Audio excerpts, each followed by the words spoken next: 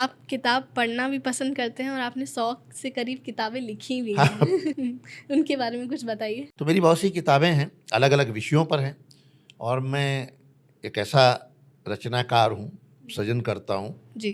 कि बच्चों से लेके बुजुर्गों तक के लिए मैंने कुछ न कुछ लिखा है। बच्चों पर मेरी लगभग 15-20 किताबें हैं, वो राइम्स छोटे बच्चों की, जो केजी में बच्चा पढ़ता है उसके लिए मैंने 4-4 पंक्तियों की कविताएं लिखी हैं। उससे बड़े बच्चे हैं जो कॉलेज के हैं, उनके लिए कविताएं लिखी हैं।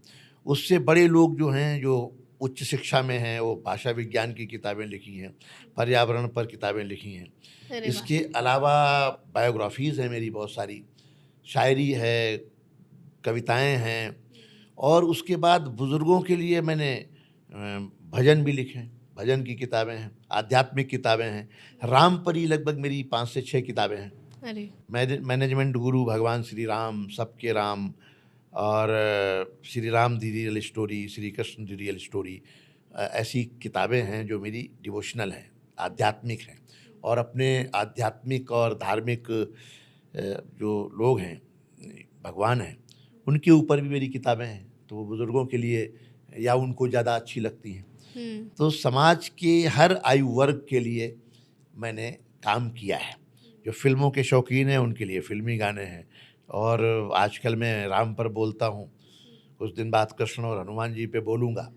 तो वो भी मेरा विषय है, क्योंकि मैं समझता हूँ कि एक समय ऐसा ज़रूर जीवन में आता है, और एक नहीं अनेक समय आते हैं, जब आदमी का काम भगवान के बिना चलता नहीं है।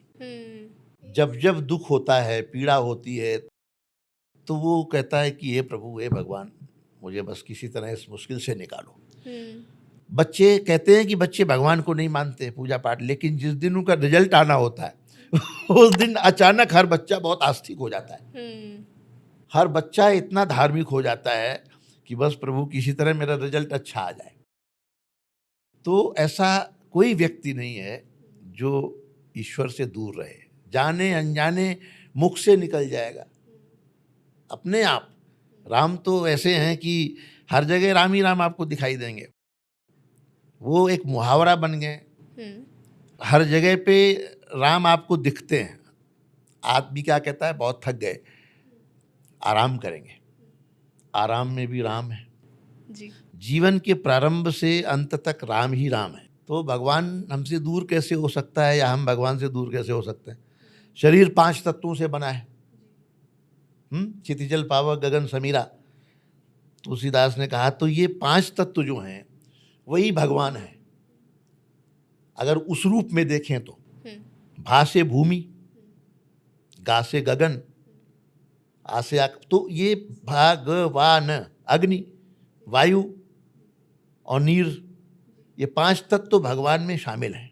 और इन 5 तत्वों पे भगवान का कंट्रोल है। हाँ बिल्कुल, उनमें से एक भी तत्व शरीर से बाहर होता है तो फिर वो, जिसे हम आत्मा कहते हैं, जो कि भगवान के रूप में हमारे भीतर है, वो विदा हो जाती है। जाते जाते आप अपने लास्ट पीस ऑफ एडवाइस क्या देंगे? मैं तो अक्सर कहता हूँ कि, सबसे ही कहता हूँ कि भीड़ में दुनिया के पहचान बनाए रखना, कि आपकी पहचान जहाँ हो वहाँ आपकी पहचान इतनी तो हो कि ये आंचल जी जा रही हैं, ये पॉडकास्ट करती हैं, ये मैजिशियन है। आपकी कुछ आइडेंटिटी हो, चाहे किसी रूप में हो। कोई झाड़ू लगाने वाले को भी कहते हैं बहुत अच्छा काम करता है, बहुत अच्छा सफाई रखता है घर की। उस कुछ भी आपकी आइडेंटिटी आपके गुण के कारण हो। भीड़ में दुनिया के पहचान बनाए रखना, घर में खुशियों की एक दालान बनाए रखना। हर जगह तनाव ही तनाव ना हो, एक कोना तो ऐसा हो जहाँ परिवार के लोग बैठ के हंस लें। तभी कहते हैं घर में मंदिर बनाइए, इकट्ठे बैठ के कम से कम पूजा तो कर लेंगे। कोई एक जगह ऐसी हो जहाँ सब एक साथ बैठ सके। भीड़ में दुनिया के पहचान बनाए रखना, घर में खुशियों की एक दालान बनाए रखना, अपने होठों पे ये मुस्कान बनाए रखना, और इस दिल में हिंदुस्तान बनाए रखना। वाह! आपके होठों पर मुस्कान रहे और आपके दिल में हिंदुस्तान रहे। सब लोग स्वस्थ रहें, मस्त रहें, प्रसन्न रहें। हमारा भारत स्वच्छ भारत, विकसित भारत, आत्मनिर्भर भारत बने, समृद्ध भारत बने, और ऐसा भारत बने कि दुनिया का हर देश ये चाहे कि हम भी भारत जैसे हो जाएं। यही एक कामना है। अपनी नॉलेज को अपग्रेड करने के लिए हमारे क्लिप्स और शॉर्ट्स चैनल को सब्सक्राइब कीजिए।